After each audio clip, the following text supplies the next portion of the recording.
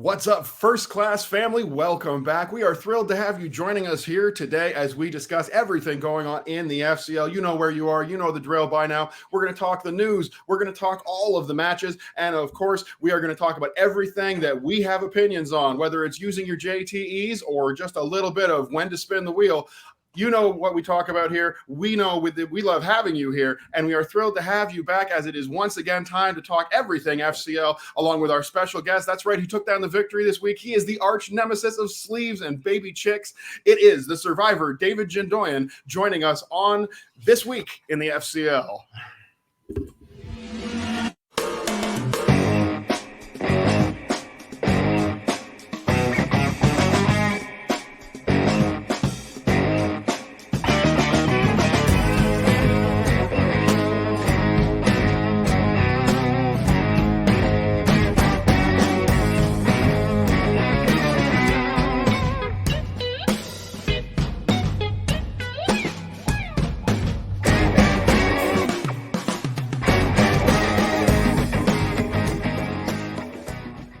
And welcome back once again. Hello, First Class fans. We are talking everything on the FCL27. That's right. Some great matches went down. We're going to be talking all about David Jindoian versus Nauzet Meilan and Sean Wingblade versus the Flying Cow. Should be some great matches. And I've got some great people to talk about it with. And Keith is also here. Keith Kilduff, our own stats man. How you doing today?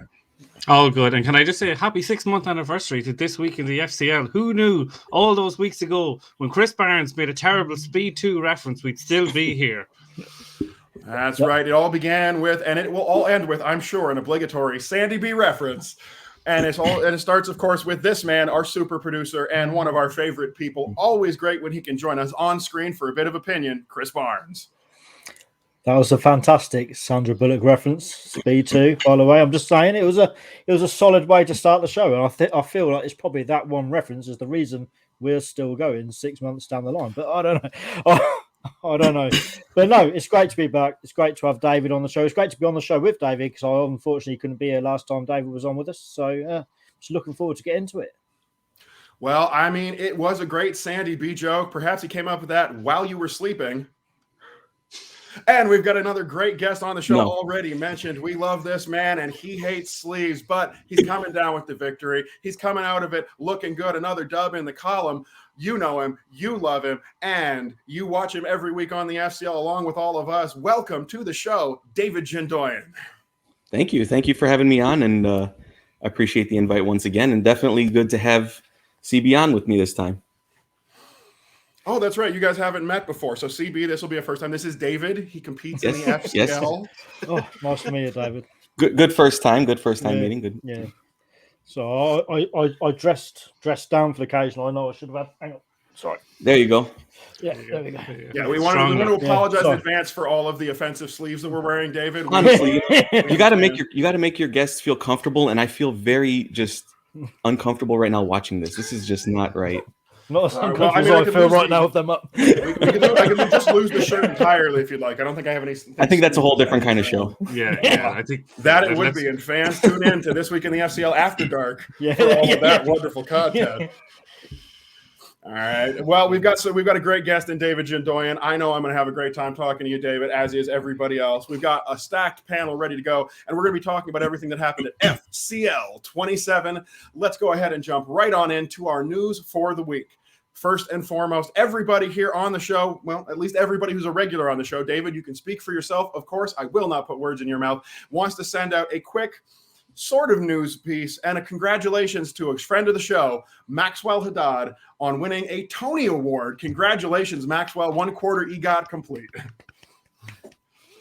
Yeah, listen, it's a fantastic achievement. Congratulations, Maxwell. I'm sure I think I speak for all of us when we wish you all the best in this and everything else in your career moving forward.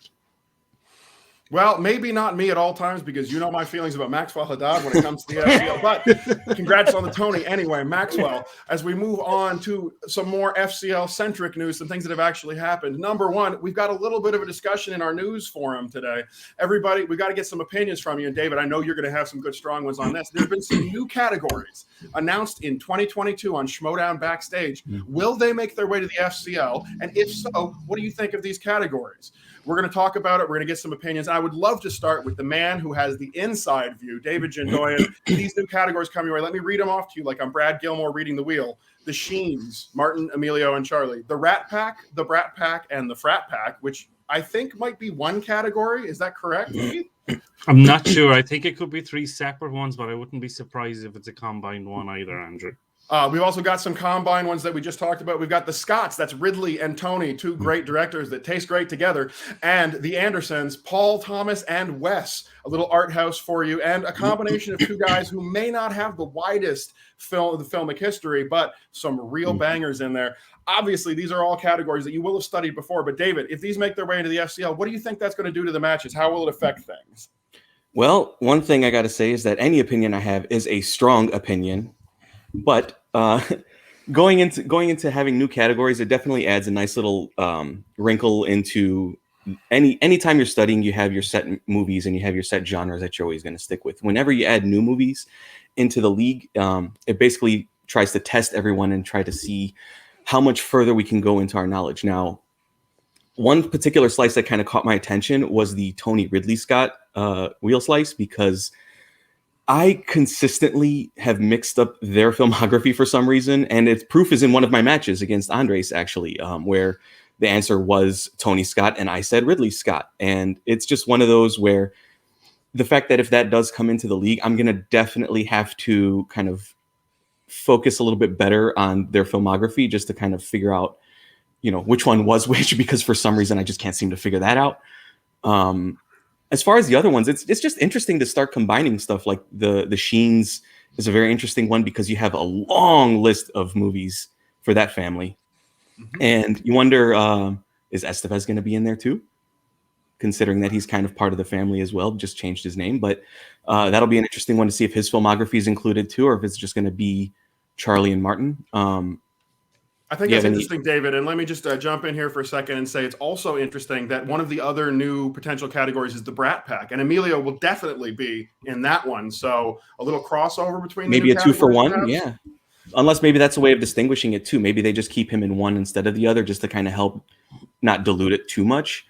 But I mean, just new categories in general is fun. I mean, if you look at the IG division, when they started to add all these other newer movies, or newer categories, I should say, like the Alien vs. Predator and, these other categories, just made the questions way more exciting because you never knew which one you're going to get instead of just an MCU question over and over again. Well, it is definitely going to be a lot for the competitors. If these new categories are coming in, some studying has to be done, and people are going to have to expand into these cats. They're at least going to have a good list of movies to watch. I mean, if you got to study the Scots, David, that's some 80s and 90s action glory going on right there. Congratulations on not bad movies to watch. You don't have to go back and see the Transformers or anything. Oh, absolutely. Yeah, I'm all for all that. I'm all for the 80s, 90s schlock all day. All right. And Keith, let's jump over to you. You always have a good opinion about these. I know you're very strong on what these categories mean and how it's going to affect play. And I didn't bring this up yet, but I'd love to get your opinion on this. Paul Newman and Robert Redford categories merged. Quentin Tarantino and Robert Rodriguez categories merged. How about that? These were the points I'm actually just going to bring up, Andrew, so thank you for teaming me up. I think this is a really good move in the sense that in terms from a competitor point of view, everyone's always looking for an angle. Everyone's always looking for something that's a little bit tight, a little bit small, that they can really kind of get their knowledge through. Like with Tarantino, he's 8 movies? I believe at this point he's officially marked down as 9, although there's like a 1.5 in there. There's one, yeah. So like in theory, you could do a Tarantino very quickly, but then now adding Robert Rodriguez to him, it just extends that slice out. I really, really like the idea of merging categories to make them bigger, because it also gives the question writers and the wheel makeup another kind of new angle to go at, that we're not just looking at a single director, a single actor. We're looking at more combinations, and I like combinations on a wheel from that point of view, because it really tests the likes of David Jindoian on the weekly basis. Well, it should be interesting for competitors. Like I said, those study sessions are going to be a real interesting thing to see from now on. Remember, your viewing order goes Grindhouse, Kill Bill, and then Shark Boy and Lava Girl. All right, we got some interesting categories there, and I agree with you, Keith. I want to take a second to throw my opinion in here because I did write some questions when I was doing fan league work, and I remember a lot of competitors would aim for these smaller categories. When we said, what do you want on the wheel, they would give us an actor who'd only been in 3 movies, and we would say, that's really not enough. We have to have more than that. For that reason, I love the combination of some of these smaller categories. Quentin Tarantino, definitely, he's only got 9, 10, 11 films you're really talking about. I love the expansion. Not sure I'm as happy about it when it comes to something like the Sheens, as David mentioned. That's like 200 movies between the 3 of them. That's a lot of studying to do. Chris Barnes, do you think this is going to make it easier or harder for the competitors in the FCL if these categories arrive? I think it's going to be a bit of both, really. You know, like you said, the Sheens, that's a lot of movies there. It makes sense. I kind of agree. I didn't really think of it this way. I agree with what Keith said about combining these, like the Tarantinos and like these, the smaller categories that haven't got as many movies to pull from. Combining them makes perfect sense. You maybe even do that with Kevin Smith and Ben Affleck. I don't know. If they've not directed too many movies each, can combine them. I was wondering why. Obviously, the Andersons, we've got Paul, Thomas, and Wes. I presume Pamela's not in there as well, no? I mean, personally, I would love to see that. Let's go for the triple feature on that one. Give me the Darjeeling Limited right into Barbed Wire, please. Barbed Wire, what a movie. It's a movie I didn't think I would hear about today. You never know what direction this show is ever going to go, David. And I've just got to say, as myself, a child of the 90s, Barbed Wire came along at a particular time. I will never forget that movie for a lot of reasons. We've got some great new categories, and you've all given some great points. Will these categories become too broad in some cases? Will they, in fact, narrow down and help people learn what to study? What are you going to do when you spin the Andersons? What if you're strong in Paul, but not so strong in Wes? What are competitors going to do with these new slices? I think it's an interesting thing to see, and I don't think you're adding a ton of challenge with most of these. As I said, I'm a little worried about some of the broader categories, as I think you guys are as well. But overall, I think this is a good thing. Give someone a little more concentrated stuff to study and make each of those slices on the wheel potentially harder. We've all seen that match where a player spins their strength and we know it's over. It's closed out unless something crazy happens, kind of kills the drama. But if we now know that that person is great at, I don't know, Paul Newman, but not so good at Robert Redford, the drama comes back a little bit. I like this change, and I think a lot of competitors are going to hate it. Hate it. Agreed, Andrew. I think, listen, the game needs to evolve. It's evolved in so many different ways from a strategy point of view. So, you know, the I suppose the admin side of things needs to evolve to go alongside it, I think. Well, it is going to be a sight to see. Absolutely. Any other thoughts, David, Chris, on these new categories? I was going to say, like, the one interesting thing too with these combined categories, you wonder how are they going to split up the questions as well? Are they going to be are they going to try and force an even mix between the two? May they be one-sided, you know, considering if they know, you know, the history of maybe some of the competitors, will they kind of front load a couple of other ones? How deep cut are they generally going to go if it is a combination? Because it is such a broader one. Are they going to be a little more of a broader question as well? Because if you look at a specific slice as of like right now, let's say Christopher Nolan only has maybe 9-10 movies as well. So the questions can get a little bit deeper because it's just the one. But now that if you're going to combine, let's say him with Michael Bay, for example, now you have like a whole different kind of filmography, which is a weird combination. I don't know why I even thought of that one. But I mean, I might have gone for a David Fincher, but sure. It's a thing of nightmares, to be fair. But you wonder, like, are they going to then do like 2 questions for Nolan, 2 questions for Bay, or is it going to be kind of like a wild card? You never know if you're going to get maybe more than one or the other. So it'll be kind of interesting to see, you know, what kind of decision they do choose to go with, especially with those combination categories. So that'll be exciting. Chris, any final thoughts on this particular subject, the new categories? No, nothing major. I mean, it's quite interesting. Obviously, it's something that's come out and it's going to be changed for the Schmoedown proper, where, you know, we thought maybe with the FCL it could be a place where they're going to try new things out. Actually, the Schmoedown's just gone for it. They're trying it out, and whether we end up seeing it in the FCL or not, who knows? I imagine we probably will, but you know, it's interesting to see the Schmoedown making their own changes and doing their own things anyway. And I'm just excited to see it. I like to see the competitors struggle. You know, I do like it. Hear that, David? Listen, I'm no stranger to struggling in a match. Okay, I mean, every single one I've had basically proves that. Exactly. That's why you're one of my favourite competitors, because you always come back. No, that's sucking up because you're on the show again. No, no. I'm excited for it, and it's good. Hopefully, we'll see it in the FCL as well as the Schmoedown. But I'm excited for the Schmoedown anyway. You know, whether Emilio's in there with the Sheens or not, who knows? I don't know. Was that actually confirmed, Keith? On I can't remember off the top of my head, CB, but I wouldn't be surprised if he is. You'd think he would have been, wouldn't you? Yeah. So. Who knows? You might get some of those. What's the movie called? The Western with Charlie Sheen and Emilio Young Guns. Estevez in. Young Guns. Oh my God! Went from head. See, you got movies with both of them in. There you go. Exciting times. Well, I mean, it's going to be great. I can't wait for the Sheens question about which one of the Sheens is being called out by the Butabi brothers in One Night at the Roxbury.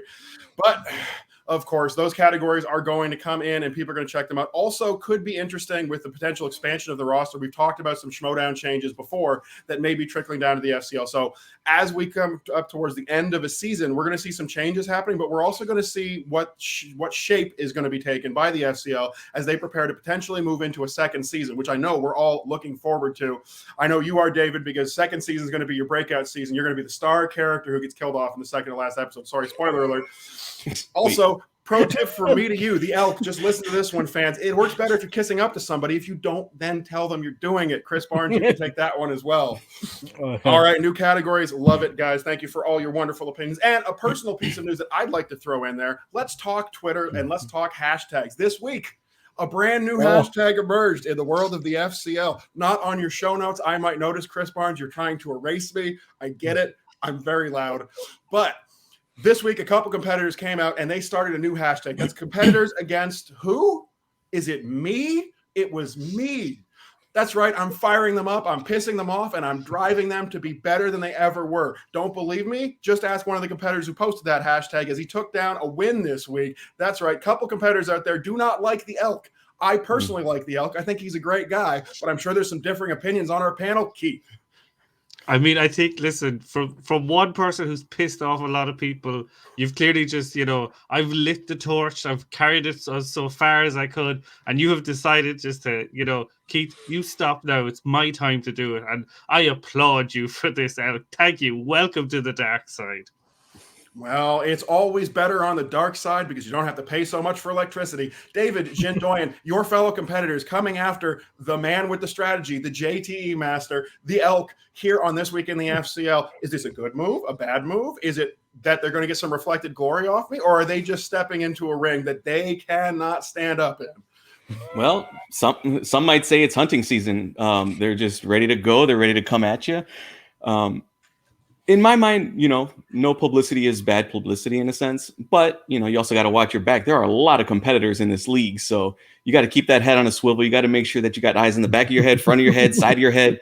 You got to watch out for any and everyone. But, in some cases, some people get motivated by, the comments and, can kind of push them to want to do better. And then in some other cases, everyone's different. Some people need a positive encouragement. Some people need negative. It just depends on the person, but I would definitely kind of keep yourself on your toes, kind of like, make sure that you're always got one foot ready to just kind of bolt out just in case you got somebody in the corner over there ready to take you out. I will keep one eye open. Thank you, David, for that warning. And Chris Barnes, before we get an opinion from you on why everyone loves the elk so much, I just want to tell you, if I die in a tragic flying cow tipping accident, it was foul play. Chris, what do you think of this? Okay. I'm flabbergasted that it wasn't Keith who had this treatment first, to be fair. The way he started the show off, upsetting everybody. And I was honestly quite amazed that it was you. And, I can't blame him. I tell you all every week, stop upsetting the competitors and the guests, but you can carry on doing it. So, you've made your own bed with it. So you got to sleep in that hashtag shaped bed. I will lay down happily and dream dreams of competitors improving themselves in an effort to show me up. Absolutely, I will. And it was nice to get a little bit of attention out there. Of course, that's not a real piece of news, but I wanted to throw it out because I am a bit of a glory hog. Thank you, gentlemen, for jumping in on that. And that is all the news, actual or imagined, that is fit to print about the FCL this week. I'm glad I was able to help break it down, and we've talked to some people about it. But at this point, we are going to get into it, the real good stuff, the stuff you came here to talk about, all of our match breakdowns. And who better to do that and piss everybody off than Keith Kilduff? And just before he does so, I'll point out to Chris Barnes, maybe the reason we piss people off and you don't is because we get off the fence sometimes. Match breakdowns. Keith, take it away. It's a comfy fence.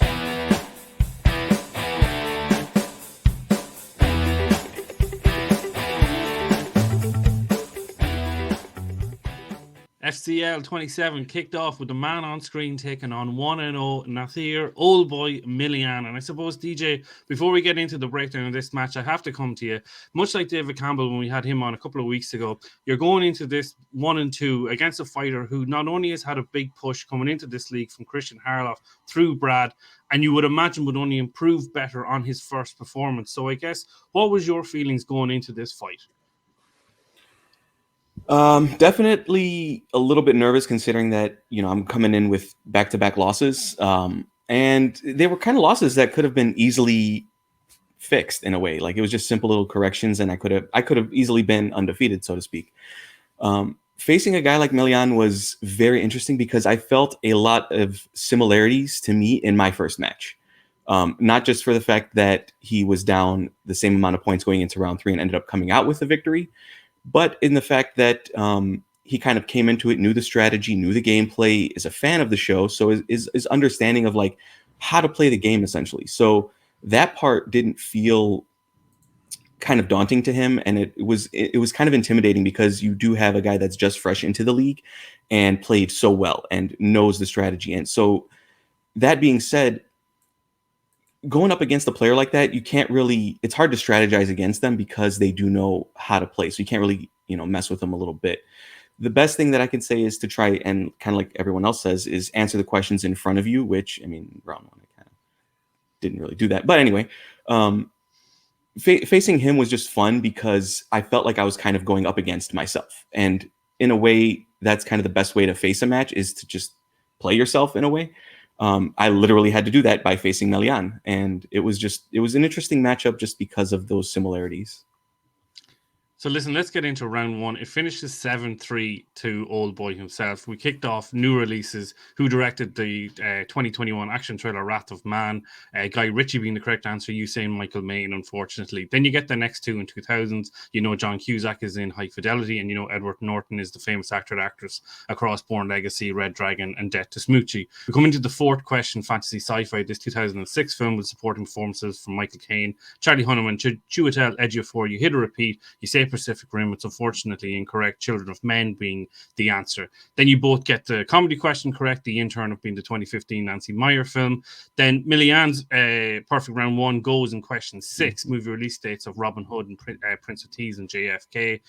You both say 1993, but it was 1991. And I believe you said on Gold Standard during the week, David, that you had 91 written down at the last second. You just added a little curl on it. Yeah, it was one of those where you just kind of second guess yourself. You kind of overthink it. I originally had 91, went against my gut because for some reason I'm like, well, they couldn't have been that early. Maybe it was a little bit later. Let me just put 93. And then when he actually revealed his answer as 93, I'm like, oh, maybe I made the great, good call. And they're like, it's incorrect. I'm like, crap, was it 91? And then sure enough, they say it was 91, and there it is. And it's just one of those moments where you're like, oh, shoot, I shouldn't have gone against my gut. And I did. So we finished out round 1. Mystery thriller Shutter Island is the answer to the 2010 thriller with performances from Ruffalo, Michelle Williams, and Jackie Earle Haley. You unfortunately get that incorrect, and you also get the last question incorrect in horror. The 2018 entry into the Conjuring franchise, The Nun being the correct answer. Annabelle is what was the guess you wagered. 7-3, and I suppose, Chris, Meilan is much improved on his first match and seems to be settling into himself and settling into this league. Yeah, absolutely. And to be fair, I think we saw it in his first match anyway. He started nervy, but he improved at the end and had that fantastic end to the match as he settled into it. And I think it just showed he's continued that into this first round of his second match. He just more comfortable, just getting on with answering questions, and there's not much else to say. He did a fantastic job in this first round, to be fair. Andrew, the thing that stands out to me in round one as we're kind of going through the questions is that if you look at the fantasy sci-fi and the mystery thriller questions, they're going deep into the cast. They're going past lead roles and saying this movie features X, Y, and Z, who are probably kind of 4th, 5th, 6th on the bill. It's just a nice change in terms of the questions being asked to competitors, I find. I mean, I don't disagree with you. I think this is a very, very good type of question that we don't always see come into these matchups. It is nice to kind of test someone's knowledge of secondary actors, of smaller roles, and let them narrow in. I kind of hate these questions, Keith, in all honesty, when they come up and it's all 3 of the lead actors, because that to me always seems like a very obvious, a very straightforward kind of question. Give me those second and third performers. Heck, these 2 in this matchup, I will readily admit, I don't remember at least one of the people they listed in each of those movies, and I've seen them both multiple times. So I think these are good questions. They really make you stretch for it. I don't mind their inclusion. I think maybe they might fit a little bit better in a round 2. But I don't mind 1 or 2 of them in a round 1 here and there. I think they work out very nicely. And I will say, if there's one thing I can say about the play of everybody pronounces my first name differently, Meilan, in this round, it's that he is, in fact, one word and one word only. That's unflappable. The man seems to have a cool about him, seems to have a calm and controlled way of playing the game. And I really admire the fact that he doesn't let it get to him in the round. And I also got to say, David Jindoian, who in this round is trailing by quite a bit, not the best position to be in. I've been there before. You're behind. You're looking up at your opponent after round 1 and thinking, is this how the whole match is going to go? But you don't let it shatter you. You don't let it break you down. Instead, you're going to come back much stronger the next couple rounds. I don't think you missed a lot in this first round. And the little mistakes that you made, at least you're focusing on fixing those. So I think well played by both. But David, I do have to throw it to you. Not your best first round. You could not have been feeling great. No, absolutely not my best first round. My previous matches, I think I was averaging about 6 or 7. So you're 6. Yeah, there it is, 6. Yeah. So just, you cut that in half. Being down going into round 2 with only 3 points is not good, because you're looking at knockout territory at that point. It's very daunting. It's like you said, it's just an uphill battle. You just have to try and go as perfect as you can the rest of the way. The frustrating thing is, like you said, in round 1, it was very minor mistakes. These are little details, little things to just tighten up. It's that cast question, trying to figure out, okay, which three do I want to pick from, which filmography from theirs, trying to narrow it down, trying to get to that answer. And I just couldn't pull it. Maybe a repeat again would have helped, but in a couple of those, it was just not there. It was not even close to being there. So that's the unfortunate thing. But the nice thing is, having had 3 other matches before this, is I'm not a stranger to missing a question, so to speak. So the nice thing is that I'm very used to and comfortable, in my mind at least, of just kind of washing it away, forgetting it ever happened. Now this is question 1 all over again. This is the start of the match. I'm 0-0. Let's go. Let's just see how I can get to the next one. And, it was kind of more or less up and down, and I just couldn't get into a rhythm for some reason in the round 1. So, well, listen, let's move into round 2, because you certainly start to hit your stride and hit a little bit of rhythm in here. So if we look at the wheel, 90s Eddie Murphy horror, Jodie Foster, Guillermo del Toro holiday films, sports, action, adventure, wrestlers and film, and Christopher Nolan, plus spinners and opponents. You're deferred to. You go first. On your first spin, 90s is the call. You decide to take it. You go 7 of 8. Independence Day, Pretty Woman, and The Matrix. And it's this third question. James Cameron directed 3 movies in the 90s, Terminator 2, Titanic, and what? You go down to multiple choice, and straight away that's True Lies. You take it up. Your round 2 average coming into this is 5.6. You've given away 3 steals, but they were all in your first match. And since then, you've gone 4 for 4 in each of your next 2 matches. And you've done that here again. So obviously, you must be feeling a little bit better in yourself, getting more points on the board and putting it back on Meilan. Hell yeah, I'm feeling better. I mean, like, going perfect in a round. I was kicking myself, and I think that looking back at the match, a repeat for that James Cameron question would have gotten me there. But I still, I kind of panicked and just said multiple choice and still got there. But like, you even saw it in my face. As soon as I heard True Lies, I wanted to just punch myself in the face, because I knew that answer. I love that movie. I've watched that movie countless times, and I was so frustrated that I couldn't pull that damn title at the time. But yeah, like you said, just coming into it, going perfect in round 2, is as best as I could have done. 8 points would have been better, but 7 is damn near as well. And I didn't give him any steal opportunities. So now I'm kind of feeling good, because I can put the pressure back on him.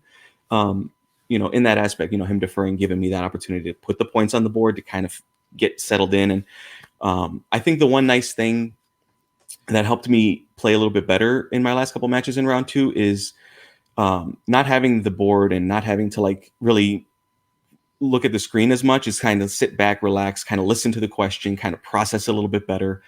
And because I was able to do that, I feel like that's what settled me into round 2 in my last few matches.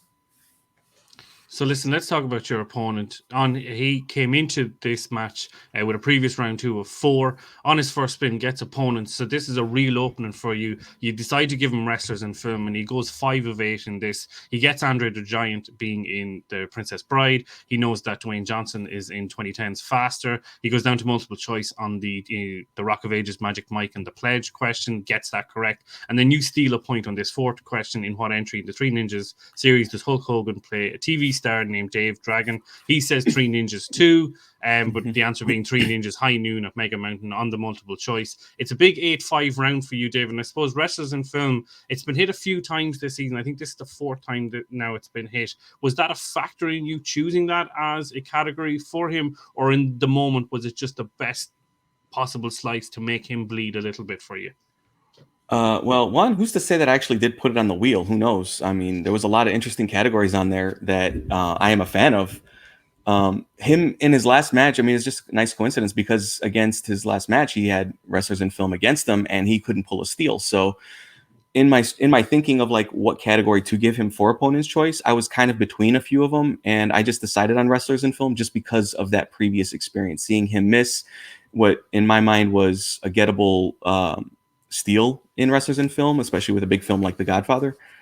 So I figured, let me put the pressure on that. Let me see what he can do. And I got to hand it to him. He actually navigated it really impressively. Like, I was not thinking he was going to get as many as he did. I was hoping for a few more steals, to be honest, just chomping at the bit, trying not to throw it at them. But, him navigating it well, taking his time, going down to the multiple choices. And, I mean, how do you not know High Noon at Mega Mountain? Honestly, it's Hulk Hogan's. No, never. It's such trash. I can't. Yeah. The first 3 were great. The Three Ninja films, I love those. that 4th one, I knew it was something Mountain, but I couldn't pull it. I had no idea. But Suburban Commando was obviously Hulk Hogan's masterpiece when it comes to movies. Oh, it's not Mr. Nanny? Suburban Commando. You don't remember that? When he squeezes the melon and squashes it in it. Oh, it was amazing. I believe someone was frozen today in that movie. Yeah. CB, sure, listen, while you're on a roll there talking, it's a massive second round here, an 8-5 swing, taking that 4-point deficit and just bringing it down to 1. And then it's really just question by question now going into round 3 here. Yeah, exactly. It was a fantastic, round by our guest here. I had something written down, which I can't read, as I said to you guys off screen. No idea about the Davis round, so I can't remember what it was, but he did a fantastic job. I know what it was. It's probably a really good point. It was a really good point, but it wasn't a really good point because you proved me completely wrong as I was writing it down while I was watching the show. Because the point was where you took 1990s, and there's obviously a lot narrower questions on that wheel, a lot narrower categories. I would think when it comes to like the directors Nolan stuff, and I thought, no, is this a broad category to take? I don't know if I would do that, but then you kind of just smash through the round almost perfectly, so I can't argue with that. And yeah, it's a great comeback, and obviously Meilan slipped up a bit with his wrestlers in film, and it's a fantastic second round for you, David. Thank you. I will say, like, picking a category like the 90s, it does seem like it may be a bit broad, but compared to some other categories on the wheel, you're looking at only 10 years of film as opposed to, in some cases, 30, 40, 50, 60 years of film. So in some cases, it does sound like a broad category, but in reality, it's actually one of the more narrow ones because of that kind of tighter focus of, the years. So I kind of felt pretty confident in that because you do have somewhat like Jodie Foster, for example, about 40 plus years of film as opposed to just 90s, which is just 10. So, you can go one way or the other, but I felt like it was pretty smart choice just because of that. Yeah. Andrew, I want to get your views. I have a point here I've noted. I want to get your view on in terms of being an announcer at the desk. So, on this third question, the 2012, this wrestler was in Rock of Ages, Magic Mike, and The Pledge.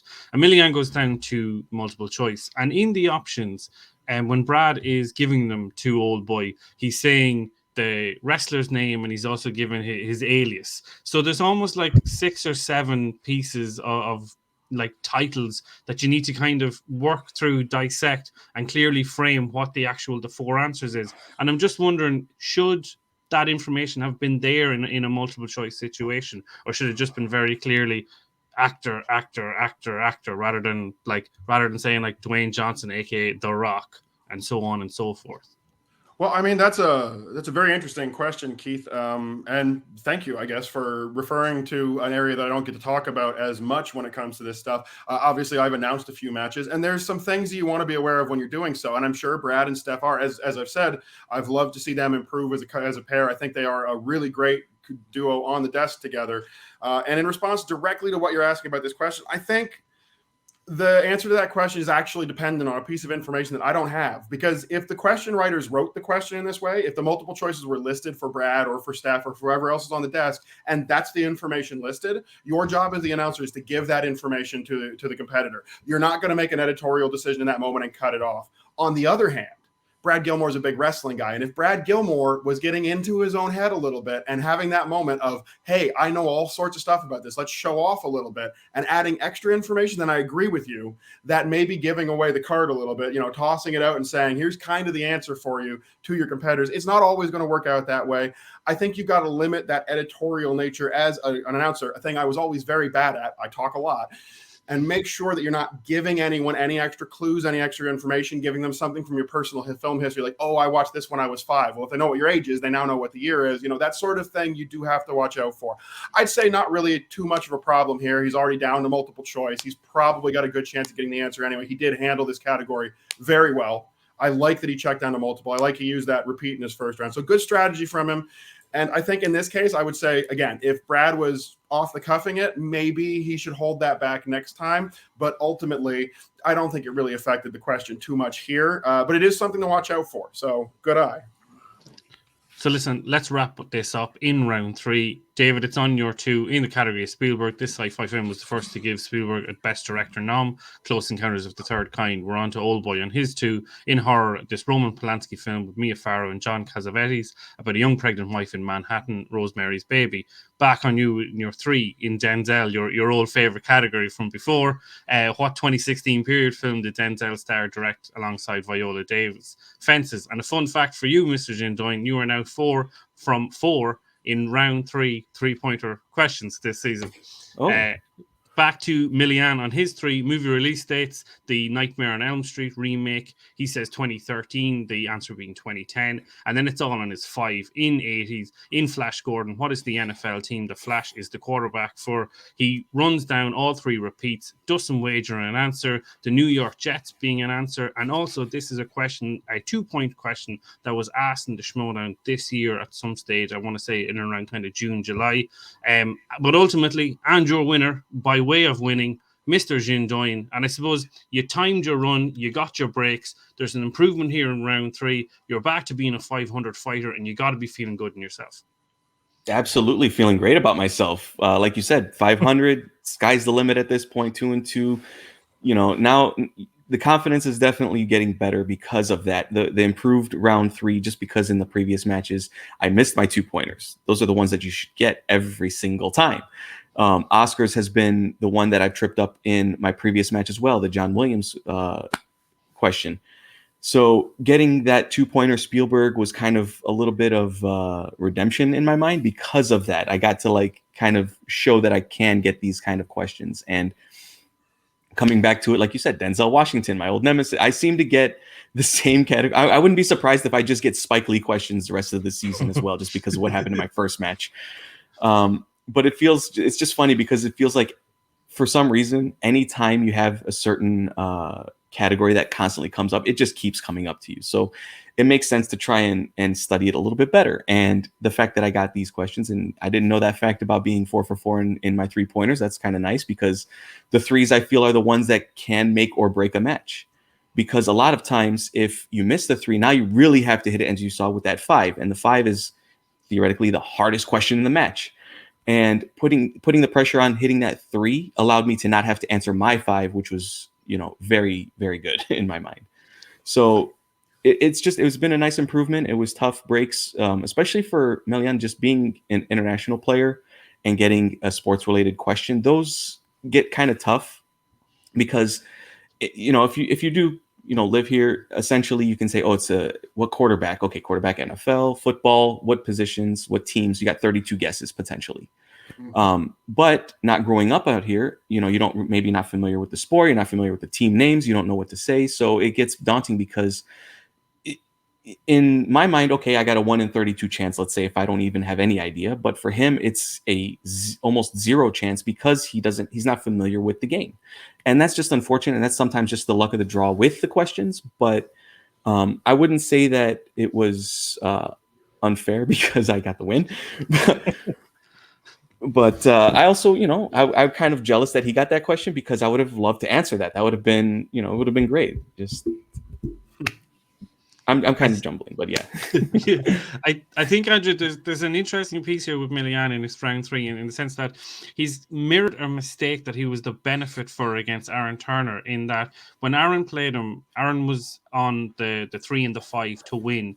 And Aaron rushed his 3, didn't use a repeat when he could have got the job done there. And I just wondered if Meilan had taken a repeat or 2 on his 3 to get that movie release dates question, to then put it on David, because, and no disrespect, David, we're coming into this one of 3 of 5 pointers. You have previous of missing them. So just pushing that pressure back on and maybe saving the repeats for the incorrect question in this factor, I wonder.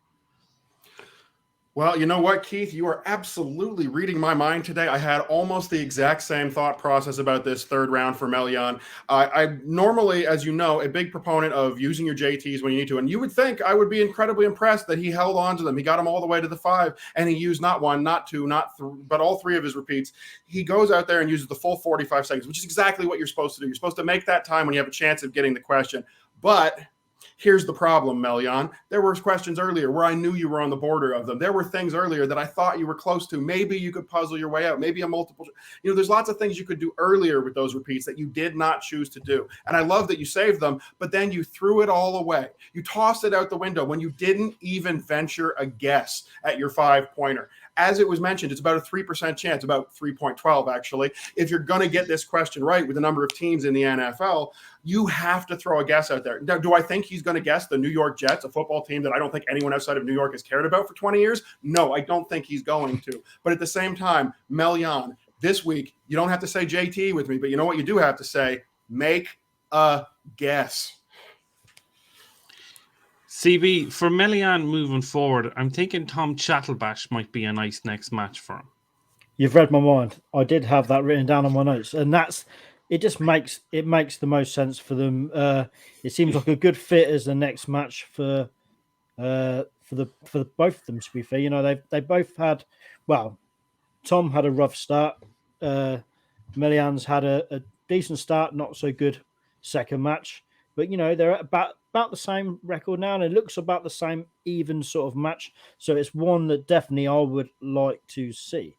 It's who David's got next, who's the most exciting one for me, because he's 2-2, and there's only 3 other people that are 2-2 in this division.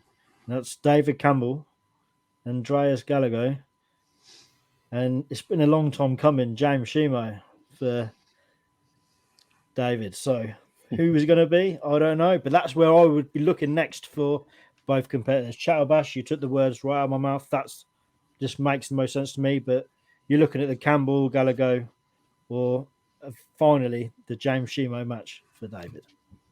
Maybe a fatal 4-way. Who knows? To be fair, could be, but no, you need to get Schmoedown one-on-one. So listen, David, congratulations on your victory. and listen for whatever else comes of the rest of this season moving into next. And for us, let's move into the main event of FCL27, this Innergeekdom fight between Sean Wingblade, the man with the best second name in the division, no offense, David, against the Flying Cow, one of the people on your list that you want to take out, David, in some way, shape, or form. So listen, we talk about round one. Sean came into this with a round one average of 5.5 and came out of it with a perfect round and the bonus. So he's well up over 2 points on this. Flying Cow was coming in with 7 in his first IG match and follows that up with another 7, staying consistent. If we fly through the questions here, heroes and villains, Michael Clark Duncan played Kingpin in 03's Daredevil. James McAvoy is in Narnia. Ned Beatty was Lex Luthor's sidekick in 2 Superman films. Aragorn was the wielder of Andril, the reforged sword, in Return of the King. Neville Longbottom was the character who pulled the sword of Gryffindor in Deathly Hallows Part 2. Miles Morales' father is a police officer. Then the question that slips off the cow here is this Transformers question of who plays John Keller in the 07 Transformers film. He hits a repeat. He says William H. Macy, the answer being John Voight. Sean continues on in his perfect round, gets the Star Wars question of Count Dooku's Sith assassin in the Clone Wars. So I'm going to butcher this. Ajda Ventress, Chris, is that correct? Ventress. Thank you very Ventress, much. Yeah. Which opens up the door for Sean to take the bonus of David Dunn survived what in Unbreakable, a train crash, 9-7. And CB, Sean kicking off round one with a big statement here, and he gets the second perfect round in the FCL IG division this year. Yeah, he's showing he means business in his division. His first match, I believe was the first match he lost to Brennan. Yes, in this division, right? Yeah, and it was a bit of a rocky start for him, but but even then we saw that he had something about him, and he's come in now with 1 win and 1 round, which he's doing quite well in. Spoilers, but no, he's showing he means business, and I haven't got much else to say about this first round. To be fair, he just smashed through it, didn't he? What more can you say? David, I know it's a different division, but playing along, how would you get on with these questions?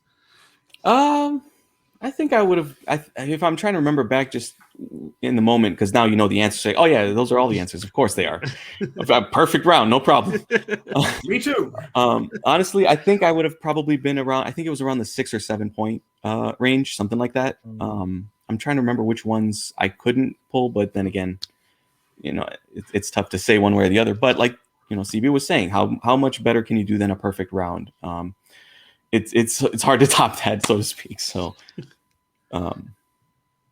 yeah, I don't know where I was going with that. And I suppose, Andrew, the cow, he backs off his previous strong performance in his first IG match, even though the bonus is out of reach in this instance. I mean, what can you say about the Flying Cow here? What a character and what a drive. He's got that sinister syndicate backing him up now. I love watching the Flying Cow come to work, and I look forward to every promo. I've been studying very hard on my English to Cow dictionary so I can catch every single word. Not there yet, and I will not risk my pronunciation. Also, fun side note, Steph, I thought it was great this week when you said something to somebody else about making sure people pronounce things correctly. You've never gotten a name wrong, so that's fine. We've got the Flying Cow just looking impressive coming in, and he's going to have another impressive run. And on the other side of things, you have a competitor who maybe I haven't been so nice to in the past. Maybe I was a little about his chances. And what does he do? He comes at me on Twitter, and then he comes back and does a perfect first round. You're welcome, Mr. Wingblade, for the motivation. Anytime I can hit you in the face like a ton of DVDs thrown by a small child, I will absolutely do it and drive you forward. So far, you haven't impressed me, but now you're starting to, and really, I think I can take credit for that. I'm just going to move into round 2, and I'm going to bypass that comment completely, Andrew. So listen, wheel comes up, Superman, Who Said It, Alien Predator, Mixed Bag, Jurassic Park, Marvel, Middle Earth, Spider-Man, Batman, and Dystopian Future Time Travel. Sean decides to defer to the cow, and on his first spin gets Spider-Man, decides he doesn't want it, and spins again, gets Mixed Bag. Comes out of the round with 6 out of 8, which matches his previous round 2 performance against Cat the Mad, and also giving away 1 steal opportunity, which he did in that match also. He knows that Mary Jane Watson is who the Green Goblin kidnapped in the first Spider-Man. He knows that the Star Trek Generations is the only film to feature Kirk's crew but not Spock. He knows that there's 10 movies currently in the Wizarding World franchise. That's the word, Keith. And then it's this fourth question here. What color apple does Captain Barbossa carry with him in the first Pirates film? He seems to know this straight away, uses the exact quote almost, but gets the incorrect answer. He says red. Sean comes in, gets a 2-point steal with the answer being green. It's up to Sean. And then to really just bash this home, gets spinner's choice on his first spin, decides to go with Superman and goes 7 of 8.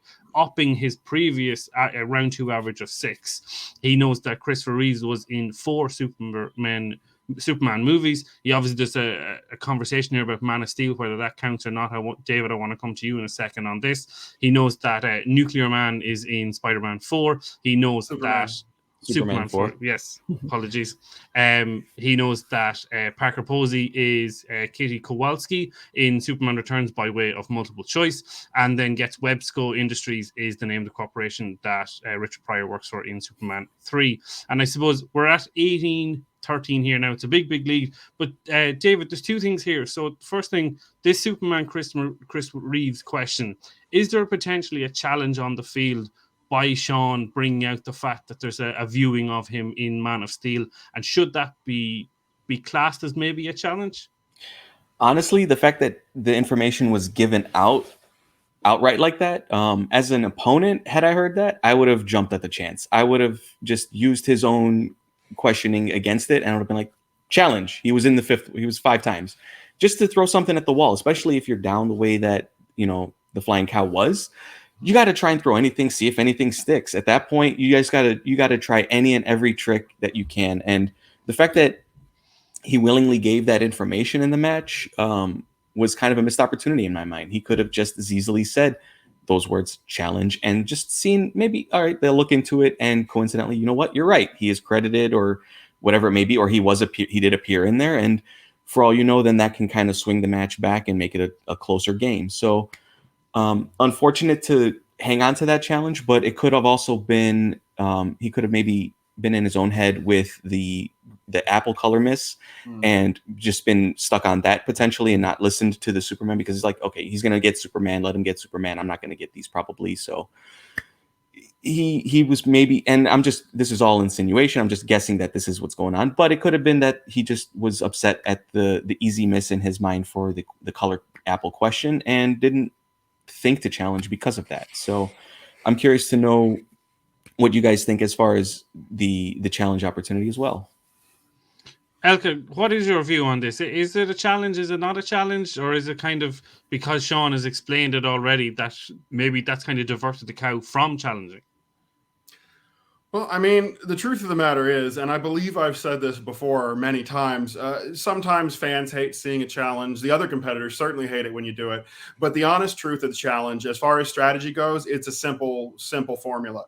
If you have a challenge and you feel like you can make a challenge, do so. You don't have to worry about when in the match it's going to happen. If it's a good challenge early, you might get it back. Heck, if it's a bad challenge, you might get it ruled in your favor and get it back. And odds are, we've seen enough matches at this point to know there's not one challengeable question per match. At least we don't see people challenge that often. Odds are you're not going to need it later. If you see anything you can jump on, anything that can get you points, especially if you're having trouble against your opponent, especially if you need to make up that ground, I say go for it. Worst thing that can happen is we take a little break, you lose your challenge, and you move on with the match like nothing ever happened. But guess what? That's basically what happens if you don't make a challenge. I say, you think there's something wrong with the question, you think, but they're not going to give it to you. Who cares? Try it anyway. Explain yourself as best you can and give them only the information that supports your argument.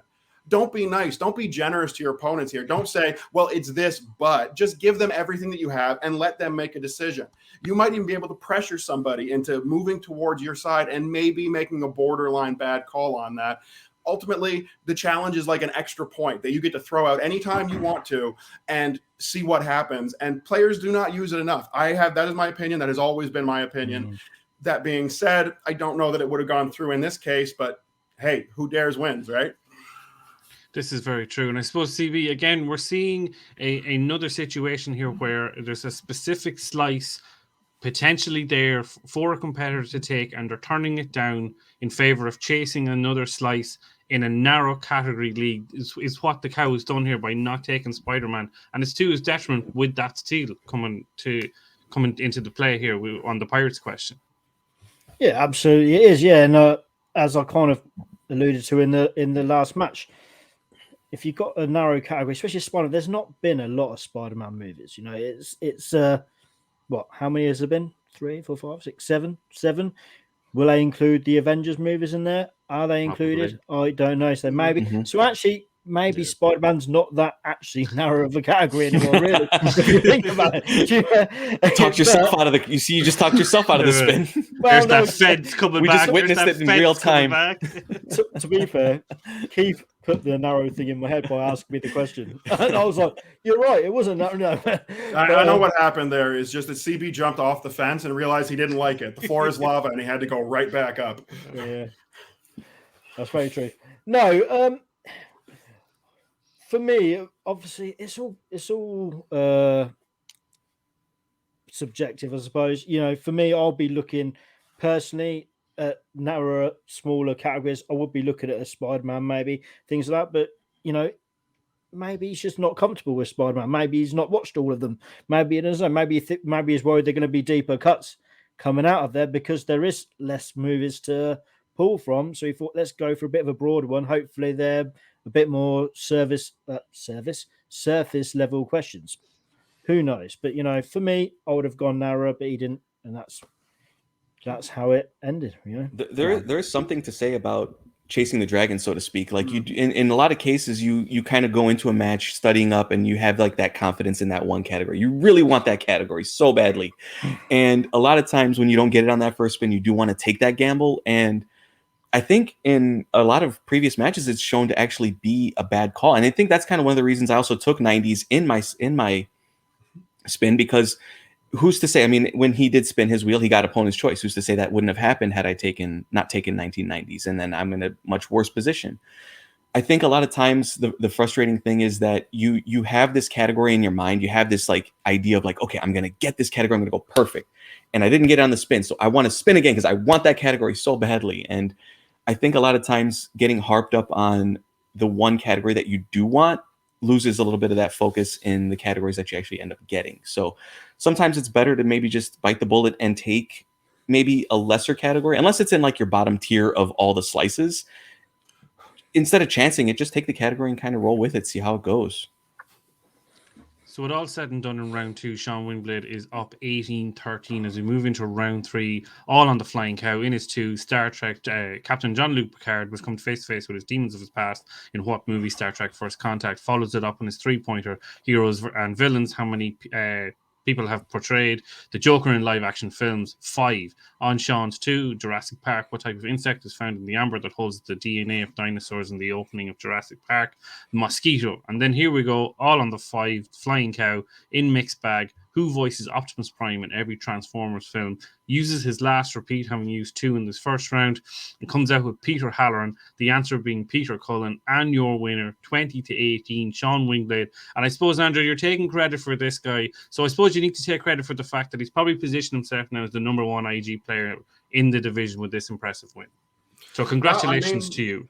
Yes, absolutely. Thank you for that. Congratulations, Keith. Well earned by me, of course. A little mental motivation from the Magic Man himself always goes a long way. And Sean Wingblade, clearly, you've been listening to the show. You took my lessons to heart, and you played well today. But Keith, after this third round is done, I want to talk about both matches, because in the FCL, what we get is a brilliant story that's told to us each and every week, and the story is always different. The story this week is one that's very simple. And David, I apologize, I might throw a tiny bit of shade at you with this, but it's really a story of 2 players who played consistently and 2 players who got a little bit of luck and managed to take the victory over top of them. Again, no offense, David, I thought you played it well, but you did get a good second round in there, really helped you out.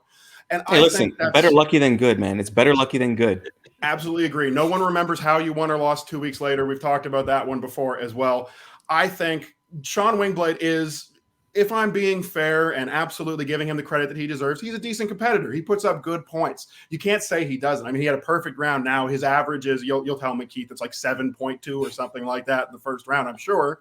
Sean Wingblade is nobody to sneeze at, and I love the fire that he's coming into this with. I don't like seeing the flying cow fall here, but I thought he played the match about as well as he could. Really, honestly, this match here, I think, came down absolutely to that luck. It came down to that little bit that you can't control, what happens on the wheel. And it is tough to play the strategy of the wheel. David, you've obviously been listening. You know you only have so much chance. You've got to take a good category when it comes to you and not risk taking those bad ones sometimes. in the end, bad luck for the Flying Cow. Sean Wingblade, once again, I haven't said this in a while, but it has to be said. You're welcome. CB, it's going to be really interesting as we get towards the end of the season where this IGFCL title picture is going to end up. Because obviously we've got Sean now on 2 wins. We've got Brennan on 1. Shimo's there 1-1. Matthew Reed. And now also the Flying Cow being 1-1. So it's going to be really interesting to see how this bottlenecks and who actually gets the shot at the end of the season. Yeah, exactly. I mean, Sean, for me, as you said, he's top of the pile right now. He's the first one with 2 wins in the division anyway. You know, Brennan is the 1-0. For me, you're looking at the Brennan, Matthew, the Flying Cow, Cat, and Shimo. They're the ones that have got the wins. You think, you know, it's got to be maybe some matches between them to see who can then get themselves up to where Sean is now, and then obviously hopefully there'll be a belt at some point soon, and then we'll see where we go from there. But obviously it's a very, you know, there's 9 players that have played in this division so far, so it's a very relatively small division. You know, hopefully we'll get some new people coming in at some point in the near future before the season finishes, and definitely hopefully for next season to actually make it a bit more of a competitive league. So at the minute it's very much like you've got a few people with a negative record, loads with a 50-50 even record, and then Sean sat at the top, the only person with a plus mark on his record so far with a 2-1. So who knows how it's going to go? But you know, it's obviously those 4 that are 3 or 4 that are 1-1. They're the ones that are going to be battling out to keep up with Sean going forward. And I suppose, David, this 5-point question, I would love to get your insight on this in terms of gauging the difficulty of it. So we are looking for a voice actor as a character. We're not seeing them actually physically as a human in this person. And should someone like Peter Cullen be as rememberable as, say, knowing that Bradley Cooper voices Rocket Raccoon? Or how do you stand on this? I think that it was a very, very good question, actually. Like you said, you don't see the actor, so a lot of times their name doesn't jump out at you the same way as if you watch a particular actor in movies over and over again. The thing that sucks, and I'm sure that he's going to be thinking about this a lot, is that he was like half a syllable away from getting the right answer. And you wonder if he had maybe one more repeat, would he have gotten there? Or would he have said the same name? And I think with a legendary name like Peter Cullen is that he's been doing it for a long time, and the fact that it is in the Transformers franchise, pretty big franchise, in the IG, you should pretty much get a lot of those bigger name, the legendary, so to speak, actors, and it's Optimus Prime, so it is one of the biggest names you can talk about if you're talking about Transformers. But the fact that he was literally just right there, he was just that half word to being right, and then putting it back on Sean, and then who's to say that Sean gets or misses it? You never know. Same thing could have said for my match previously, is that I didn't have to answer my 5. Who knows? Maybe I didn't get it. Maybe I did. So it's always those what if scenarios, and what ifs are a very big popular thing nowadays. But I do know that with a question like that, it was definitely a great 5-pointer, because it does feel not surface level, but it feels gettable, but also daunting, because you're thinking like, oh crap, it's a voice actor. What the hell is his name? And sure enough, he was right there. So it shows you how close that question really was. So congratulations to Sean Wingblade on his victory 2018. And thus ends the recap of FCL27. And as we look into this last month of FCL action for season 1, you know, we're seeing all these factions and storylines bubbling to the top. DJ, you're looking to take on the Sinister Syndicate. We've got the European invasion against the House of Flouse, as it's being called now. Adam's Civil War is coming up, and who will eventually dethrone the Flouse? Hopefully, maybe, possibly Chris, as the singles champion. We're really setting things up for a big, exciting last month. But unfortunately, we do not know at the time of recording what the card is for FCL 28. So, Mr. Elk, please do see us out for another week. All right, Keith, thank you so much for those wonderful match breakdowns. I may say many mean things about you, but I will not say you don't work hard at your job, and we do appreciate it here. We also appreciate, of course, our wonderful guest, David Jindoian, for joining us on the show today. David is rocking that wonderful FCL merch, now available in sleeveless. Just add scissors. Go ahead and check yours out if you want to. Pick it on up. And of course, if you're here, if you're watching on YouTube, hey, why not hit that thumbs up button, leave us a comment, subscribe, any of that stuff. Hey, we would appreciate it. Why the heck not? Give it a go. And if you'd like, you can listen to us in podcast form. We are available all over the place on Spotify and Apple Podcasts and iTunes and potentially all those places. Chris knows the answer to that one. Just hit him up on Twitter if you want to, because in a minute he's going to tell you where you can find him. But first, let's go to our man himself, our stats guy, Keith Kilduff. Where are you on the internet and what are you doing? Where can people check you out? Twitter and Instagram at KeithKilduff89 and also on the Opening Pair Network on YouTube and podcast form as well. Mr. Jindoian, what are you selling us this week? Well, literally keep going. Store.skybound.com. I cannot stress this enough. Buy all the merch. Get every single one. I've got a whole closet full. It's just nothing but FCL shirts. That's all I own. Honestly, go there. Store.skybound.com. Pick up any of your merch. And you can follow me on Twitter at DJindoian. All right. And of course, our super producer is here. Sometimes you're on screen, sometimes you're not, but you're always here making us look good and making sure that this show goes off without a hitch. Chris Barnes, let the people know what you're up to. Oh, I'm not up to much, but you can follow me on Twitter at @ChrisBarnes_UK and on Instagram, The Movie Barnes, and obviously at This Week FCL. I'll be tweeting from there occasionally, mainly just promoting this show. All right. Well, I do love promoting this show, so I'll do it once again. Come on, check us out again next week. We've got all sorts of fun stuff planned. I think we may even have a little something special planned for the end of the season, but we'll discuss that more in the coming weeks, as well as, of course, discussing all of the matches coming up, all of the competitors, all of the strategy, and everything going on in the First Class League. If you want to find me online, I'm the Elk. I'm at Kelk Andrew. That's KELK Andrew. Please go on and check me out. Send me a message. And for this week, we're all done. It's in the books, but we'll be back next week to break down everything that happened in the FCL, the matches, the strategy, and to give you all our very own unique viewpoints on it. All of that next week, right here on This Week in the FCL.